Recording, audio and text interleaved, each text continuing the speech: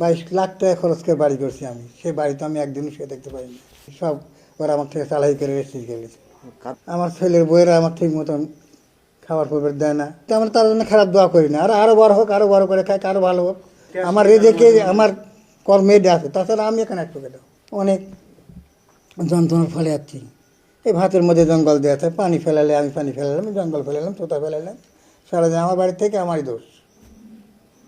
বইয়ের বাপের বাড়ি তো না, আমার বাড়ি তো, তারপরে আমারই দোষ, আমারই অপরাধ। এগুলো সহ্য করতে না পারে অনেক লোকে জিজ্ঞাসা করলাম, কয়েক নিজের বাড়ি আলাদা করো, না হলে ওখানে যাও। এইভাবে এই জায়গাতে আসছি বাবা। নিজের থাকা খাওয়ার খুব অসুবিধার জন্য প্রতিদিন গোলমাল, সকালে সন্ধ্যায় বিকালে কোনো সম্বন্ধ নেই। হ্যাঁ, জমি জমা যা ছিল সব ছেলেরা রেজিস্ট্রি করে নিয়ে আমার এখানতে তার আছে। এই হলো বড় ব্যারামেডে। 22 লাখ টাকা খরচ করে বাড়ি করছি আমি। সেই বাড়িতে আমি একদিনও শুয়ে দেখতে পাইনি। চাকরি করে টাকা নষ্ট করিনি তো, বাড়ি করছি, জমি জমা করেছি, সব ওরা আমার থেকে চালাই করে রেজিস্ট্রি করে নিয়েছে। তো আমরা তার জন্য খারাপ দোয়া করি না। আর আরও বড় হোক, আরও বড় করে খাক, আরও ভালো হোক, কোনো সময় খারাপ দোয়া দেবো না। আমার রেজেকে আমার কর্মেডে আছে, তাছাড়া আমি এখানে একটু কেটে ওই যে ওই লোকটা আছে, ওনার 2 ছেলে 80,000 টাকা বেতন পায়। উনি বিয়ে গ্রাজুয়েট 81 সালে।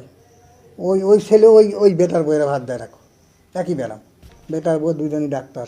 কয় যে সমস্ত দিন চাকরি করে তোমার আব্বার খেদমত করতে পারবো না। ওই লোকে কেউ রেখে গেছে, ওই বেটা আসছিল, বেটার বউ এসে রেখে গেছে। বেটার বউ 2জনই ডাক্তার।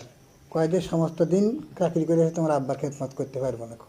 ওই লোকে কেউ রেখে গেছে, ওই বেটা আসছিল, বেটার বউ এসে রেখে গেছে। বলে কিন্তু মেয়ে বাদ বা বোনের বাদ থাকা যায় না। আমার একটা বোনের এমন অবস্থা, 37 বিঘা জমি খালি বাড়ি আছে, সেই বোনের বাড়িতে থাকতে পারি না।